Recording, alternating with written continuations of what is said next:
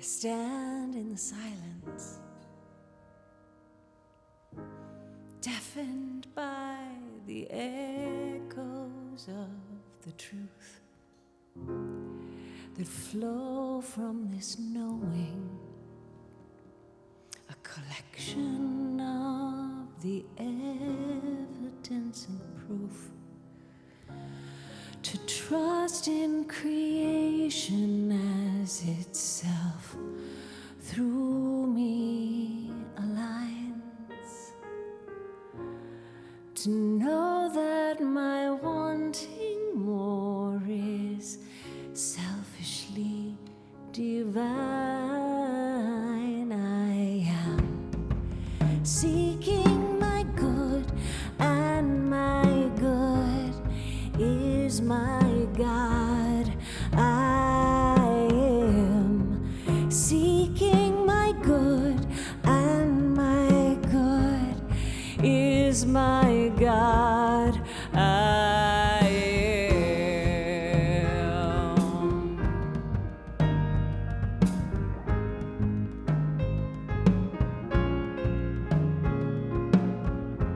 A church or a temple, on the ocean or a mountain kissed with snow, so many paths to God, for you are the only place to go, a being with no circumference who centers everywhere,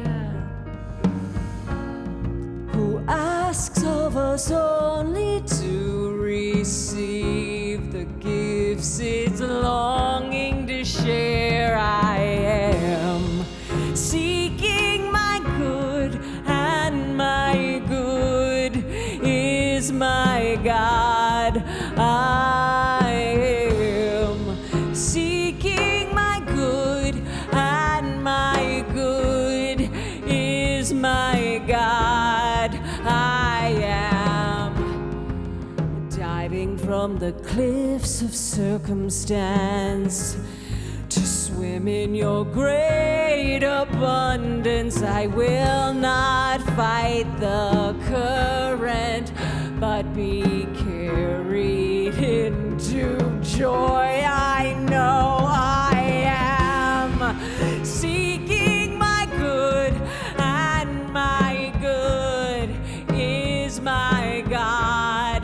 I am seeking my good, and my good is my God.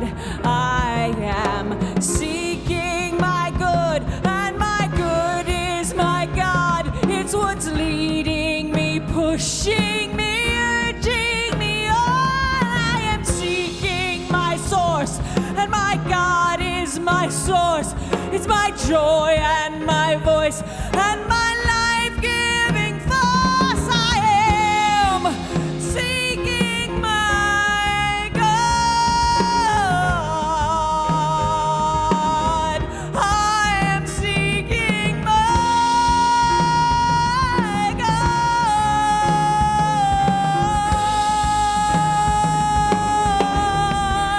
I am seeking my good, and my good is my God. It's what's leading me, pushing me, urging me on. I am seeking my good, and my good is my God.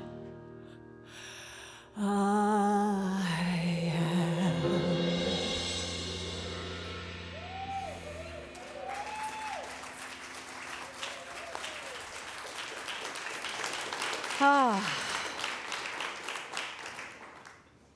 So for all of you for Dragon and for Darlene who wanted love, and Abigail who wanted joy, and Joey who wanted intelligence, that is what you're seeking, and God is the source of that. God is the source of that. So the theme for this month is establishing conscious community. And it seemed like the right theme, as I said a few weeks ago, this seemed like the right theme since we were going to CBEC. And so I started reading Daring Greatly. And in that, Brené Brown says, connection is why we are here. We are hardwired to connect with others. That's what gives purpose and meaning to our lives. Without it, there is suffering. And there is less connection than we've had, and there's more and there seems like, this is me looking at stuff, seems like there's more suffering, and it seems like we're less connected. Now that's Kathianne looking out and having an opinion. The difference between me and Brené Brown is that she goes and does the research. And she interviews and interviews and interviews and interviews. And what she says is that she's got over 200,000 pages of data that she's collected that supports this idea that we are less connected than we've been and we're suffering more than we have. Depression, loneliness, anxiety is on the rise. And one of the things that she said is that it's community, it's us belonging together and healing together that is like the antidote to that. So I'm going to get real depressing, and then we'll go up from there. Is that okay? Let's start at a low. Because she does. And all of her books is like, and then there's the antidote. So when she writes in Braving the Wilderness, which will be the book study that it will be happening at CBEC, she writes, when it comes to belonging, I asked, what are people trying to achieve? What are they worried about? And the answer is surprisingly complex. They want to be part of something, to experience real connection with others, but not at the cost of their authenticity, their freedom, or their power. Participants further reported feeling surrounded by us versus them. And those are cultures that create feelings of spiritual disconnection.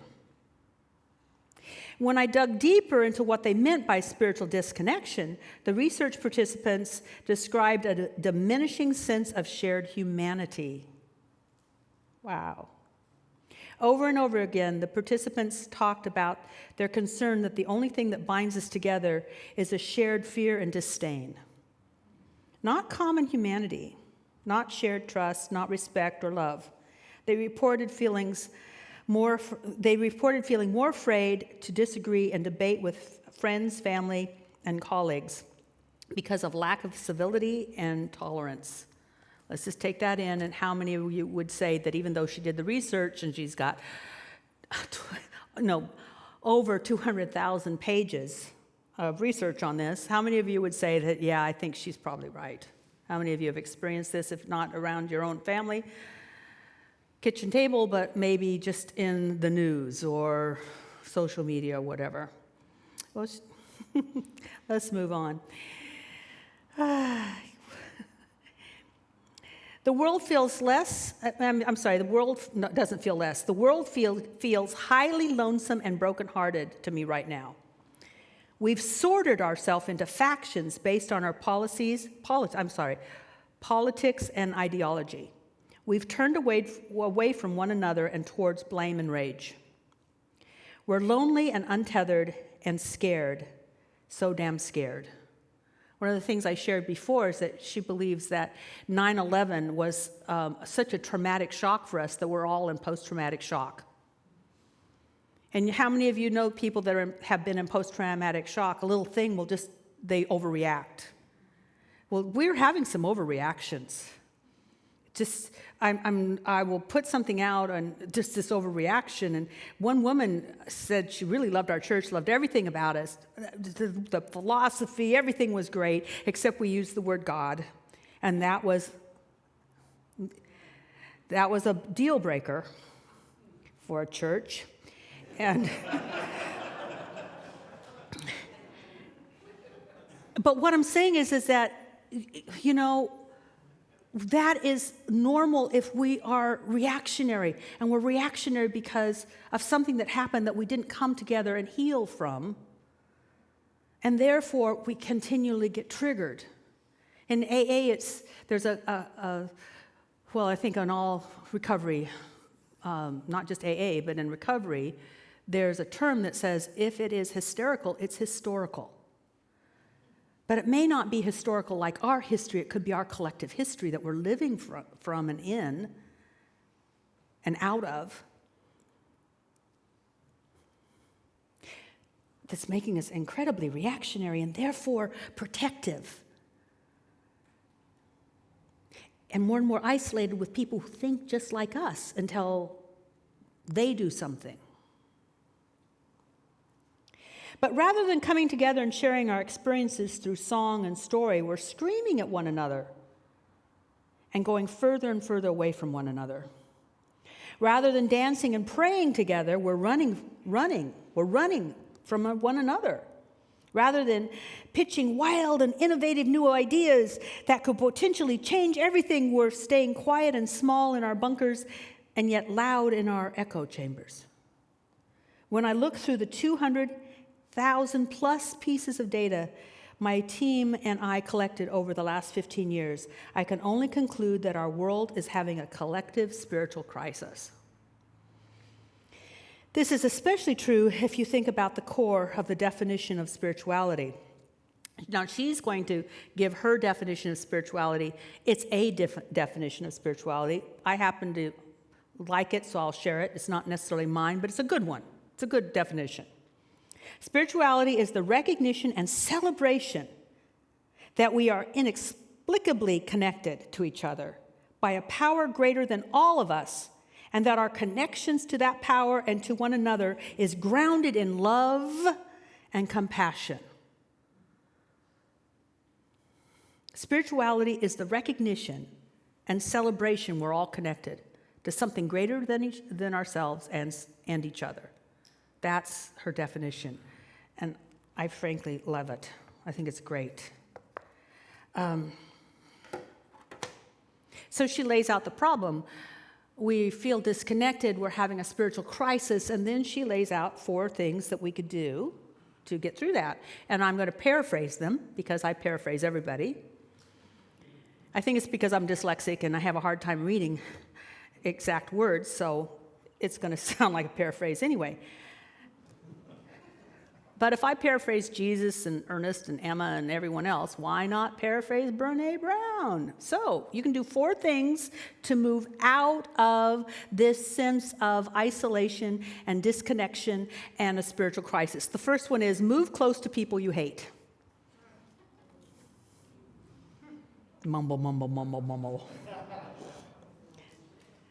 2, be civil while you call bullshit on bullshit. 3, reach out to strangers. 4, be paradoxically soft yet strong. And whatever felt the most uncomfortable for you, that's probably your assignment. But I'm not going to go there. I'm not going to go there because she is still working at the level of mind. See, there's spirit, mind, and body, and what we've discovered is that mind has an incredible influence, if not control, it's all in your belief system, of the material world. Mind has influence or control, however you are on that spectrum, of what's happening in your body and in your world of affairs. But I think sometimes as metaphysicians, beyond the physical, we get stuck in mind. And then we fight mind or try to change mind. How many of you have tried to change your mind and been incredibly successful at it? 1, 2, 3, 4. How many of you have tried to change your mind and you haven't been successful at it? See, it's all a spectrum.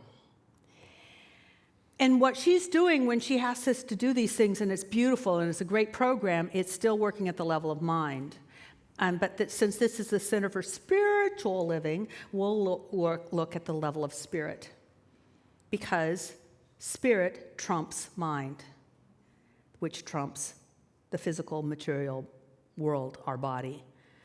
And sometimes I think that we try to make ourselves better to make ourselves spiritual, or that we would deserve a spiritual answer, that we would deserve having it be easy. I spoke to someone last week who was having a crisis, and it was a big crisis because they knew who they should be and could be. How many of you know who you should be and could be? You know that you could be more loving. How many of you know you could be more loving? More optimistic, more positive, more giving, more contributing. You know that, and then you're not. What was happening with her is she knew it, but she couldn't do it. And then made her even madder, and made her feel less empowered. I mean, so she was in a spiral. I could, should, would, but I can't, won't happen. It just wasn't happening. And so there was this fight with herself because it was all happening on the mental level until I finally just said, well, how about God? Oh, that word. Or spirit or universe or whatever. How about taking it up a notch and letting spirit do the work? That's what I want to talk about. Because frankly, we as human beings face things that we as human beings can't manage. And yet something in the universe can. And spirituality is knowing that we can connect with that something greater than ourselves and let it do the work, or the manifestation, or the whatever, however you want to call it.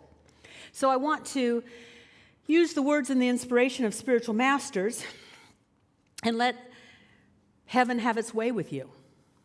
Let love have its way with you. Let intelligence have its way with you. Let joy have its way with you. Love have its way with you. At the first of the month, I started out with a teaching from the Master Rabbi Jesus, only his name was probably Yahshua, the Master Rabbi Yahshua, who, when asked what the highest commandment was, and they had a lot, he said to love the Lord thy God with all thy heart, with all thy mind, and with all thy being. And we talked about courting that presence, courting that connection, because we are connected, but to actually try to be conscious of the connection. To court something greater than ourselves is to just open ourselves up to a realization of the connection that's already happening, and it's called love. So we started there. And then he said, Rabbi Yahshua said, and the second is likened to that, and that is to love thy neighbor as thyself. Well, that was probably a big enough assignment back in the day when neighbors were in your village, because most people didn't leave their village.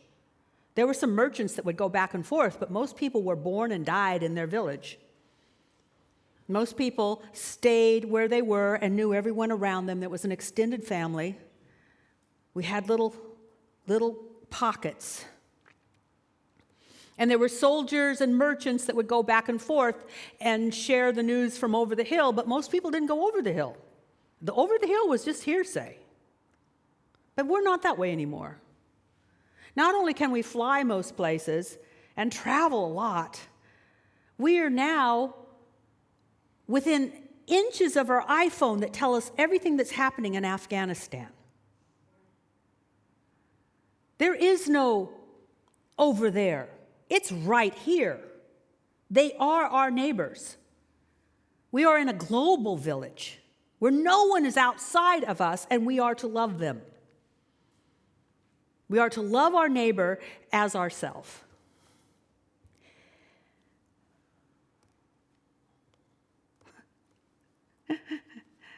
And I sometimes, I'm just laughing because I have this neighbor who loves to drive down our road in front and have a Confederate flag flying from his pickup. And he's our closest neighbor. I love God. Hey, Kathianne, think how just exactly loving are you, girlfriend? Anyway, so.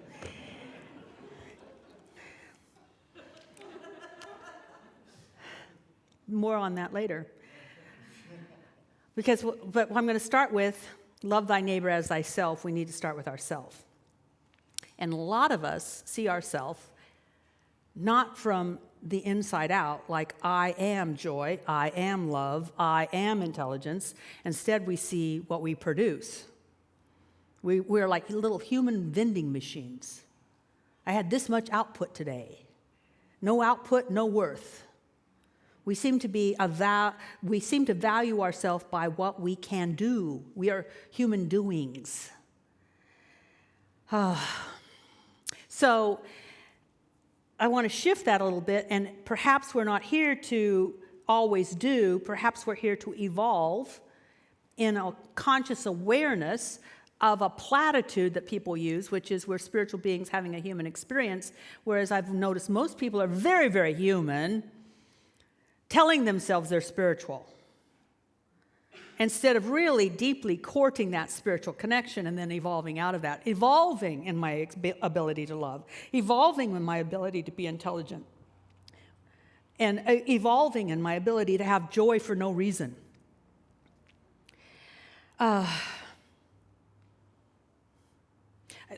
I'm not doing the class, but I created a class called Self-Mastery, and I encourage you to take it, because the whole class is about living from the inside out and seeing that every opportunity is an opportunity to learn. Therefore, every opportunity is an opportunity to grow, and that as a spiritual being, we are here to grow our realization of our true self in form. We are here to bring spirit into form and learn how to do that. Because most likely, except for the Dalai Lama, who once he was accepted back into, found and raised by monks and told every day that he was compassion incarnate, unless you were told you're compassion and love incarnate, most of us were not raised to know that we're spiritual beings having a human experience. And so we have to let Spirit reteach us. And we have to love ourselves in the process. Because part of learning is also flubbing up. Part of loving is, well, I wish I hadn't said that. And I won't say that again. I will learn from that experience. Last week I wasn't here. I was at a horse show, and I did pretty well twice. I got 2 second places. I was out of a field of 15, and I was really happy. I was really happy, and I got a 4th and a 5th, and I got a whole bunch of dead lasts. Dead lasts. And there was a part of me that said, this is too expensive to come in last.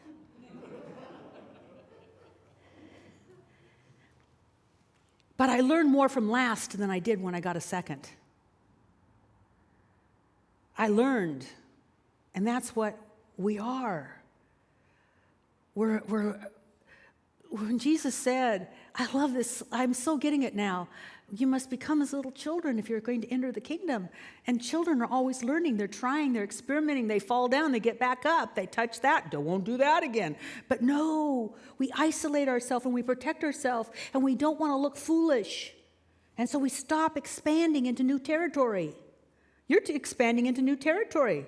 Ooh, it's not good enough to be just a beautiful singing songwriter. No, new territory. This is what we do. This is what we do as human beings. And in the process, we have to love all aspects of ourselves. How many of you have a thing that you try to keep secret that you don't like about yourself? How many of you have a thing? Yeah, okay. That too has to be loved. Connected with, embraced, brought in. I'm going to give you the end result of an hour-and-a-half process. I think you were there, Ray. It was at the deep listening retreat. And people have been deep listening for about 2 days. And when you deeply listen, stuff shows up. And there's stuff that we don't like. And wow, I got to correct that and correct this. And yet when we were done, what everyone could see, and I could see for them, is that everything that we don't like still had a good intention. is an aspect of ourselves that may have been unskilled and maybe needing some redirection, but the intention had been good. All parts of us have a good intention. And to embrace that makes us more whole. You know, Ernest Holmes has this saying that I am whole, complete, and perfect because God is whole, complete, and perfect. And then we, out of our more intelligent experience of being a human, says to God, oh, well, I'm not. I'm not whole, complete, and perfect. Look at this, and look at this, and look at this. And yet, in spirit, we are seen as whole, complete, and perfect. There's something very perfect about me being shy. There's a perfect part of me that controls.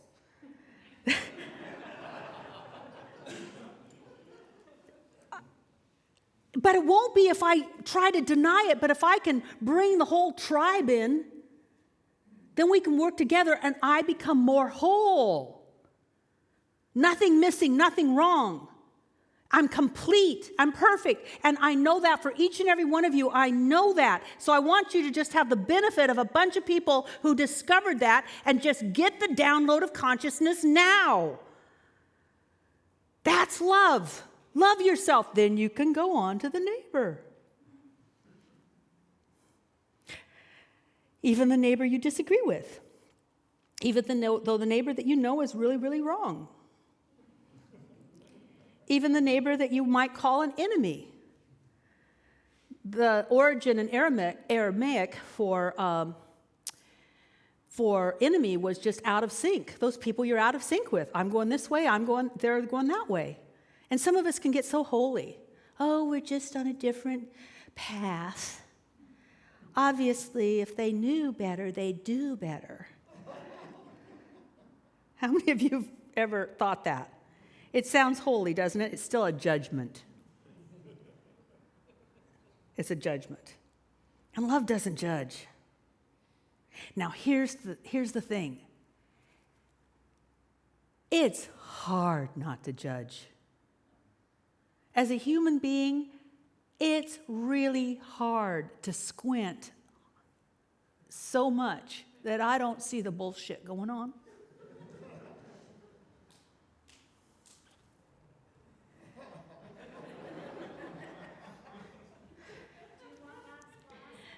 No? But I was just thinking, instead of a groundhog, we should have a mole for a mascot sometimes. You know, because we know we're not supposed to, but we don't know how not to. Can you agree with that? Can you agree that love is inclusive? Love is like the parent whose 1-year-old has gotten hold of crayons and created a masterpiece on the living room wall. You wish they hadn't, but you can't not love them. That's love. You wish that they didn't fly that flag, but you can't not love them. But here's the deal. I find it hard sometimes to be in the place where I know I'm supposed to be. I was like my friend that I was talking to last week. I have been there so many times, and this is it. We let God love through us. Spiritual reality and activity can control mind activity like mind activity can control material activity. I've done this so many times and I've told stories about it, but I wanted to use the words of a great New Thought mystic, Joel Goldsmith. Because he talks about this very thing, like, I can't do this. It is so easy to say that there's good and that there's evil, that there's God and then there's not God. But when a person or circumstance claims to have power over us, we're setting ourselves up for trouble. Meaning, I can't be happy with that. That thing has power over you. I can't be happy with that person has power over you. He goes on to say that he had to claim to himself that my being is in Christ, and as long as I maintain my being in Christ, only Christ can operate in my consciousness. Christ must form my thoughts. In other words, when you look out at this world and see persons or circumstances claiming to have power over you for good or evil, you again must acknowledge that your being is in Christ, or what I would say is in God. And only the Christ-inspired can have any influence on your affairs. Several years ago, I had a period of distress, and it came to me that I must love those who hate me. How many of you have somebody that hates you? Yeah. God, you're an enlightened group of people. There's only 30% of you have anybody that hates you? How about just don't like you much? Okay, now more. So I just want to know, otherwise I'm wasting my words, okay? Here we go. I must give love for ingratitude. And my answer was, Father, I just can't do it. Joel Goldsmith talking to God. I love it. If Joel Goldsmith can talk this way, I can talk this way. He's talking to God. He says, Father, I just can't do it. I don't know how to do it. Yes, I can be a hypocrite and say that I love these people who are hating, condemning, and judging and fighting me, but I can tell you truthfully that I don't. I don't love them. I don't know how to love them. I don't know how to love those people that don't do what I do. I don't know how to love those people that say that what I do is wrong. I don't know how to love those people that don't vote the way I do. I don't know how to love those people that are doing this thing, and it's like, how many of you have got those people? Just who's a that good? Just let's all have one. It is true that I have no antagonism towards them. Isn't that great? I'm not antagonistic. I don't wish them ill. Oh, except for you. Okay, there. That's good. Because I know that what motivates them, and I might do the same. I do not blame them. If I did not have a little understanding of your infinite love, I might do the same thing in their position. So I have no sense of judgment, no criticism, and no condemnation. Doesn't that feel like that's a good thing? To have no sense of criticism, condemnation, or judgment towards somebody? I'd take that. So he says, Joel Goldsmith says, I've got that, but I don't love them. I can even say, Father, forgive them, for they know not what they do. But to love them? No. I cannot honestly say that I love them. I can't do it. If there is to be any loving, I'm perfectly willing to be the avenue through which you, God, love them through me. If that can be arranged, let's have it that way. Don't ask me to love them because it is beyond my capacity.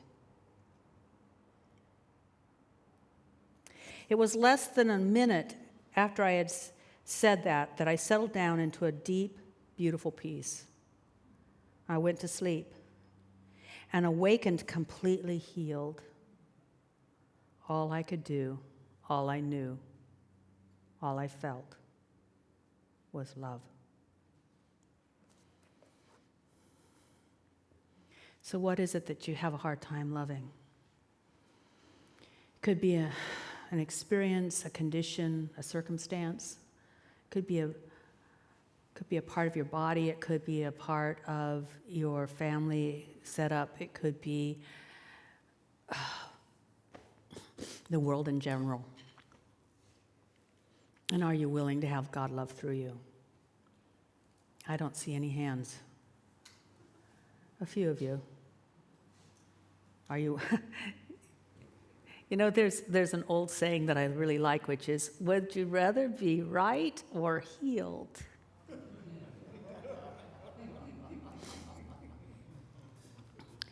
Who would like to surrender to love today? You don't have to. But man, it might feel good. Because an open heart is a generous heart, is a healed heart, is a joyful heart, is a courageous heart that is an epicenter for goodness. And so I just give thanks that for each and every person willing, the Spirit of God has been waiting to reveal to us mentally and physically its love. So I give thanks that God's love now flows through us to bring together all those pieces and parts All those things and aspects of ourselves that we have judged and wanted to push away, and yet they didn't go away because they're a part of us. I give thanks that that love now glues us back together so that we experience ourselves as whole, complete, and perfect as we are, as we were created. Unique. We are to be who we are to be, and now we take that love that is flowing through us because it is the very love of God. It is the recognition and conscious connection with what has always been happening, and what's been happening is God. God's what's happening now. And that now realization flows through us so that we can love what we have perceived as unlovable. We are lifted above the judgments and the accusations and the criticisms. We are lifted into a state of love that heals and reveals wholeness, not just for ourselves and our family and our friends and our community, but for the world itself. We are the place where God shows up. We are the ones we've been waiting for.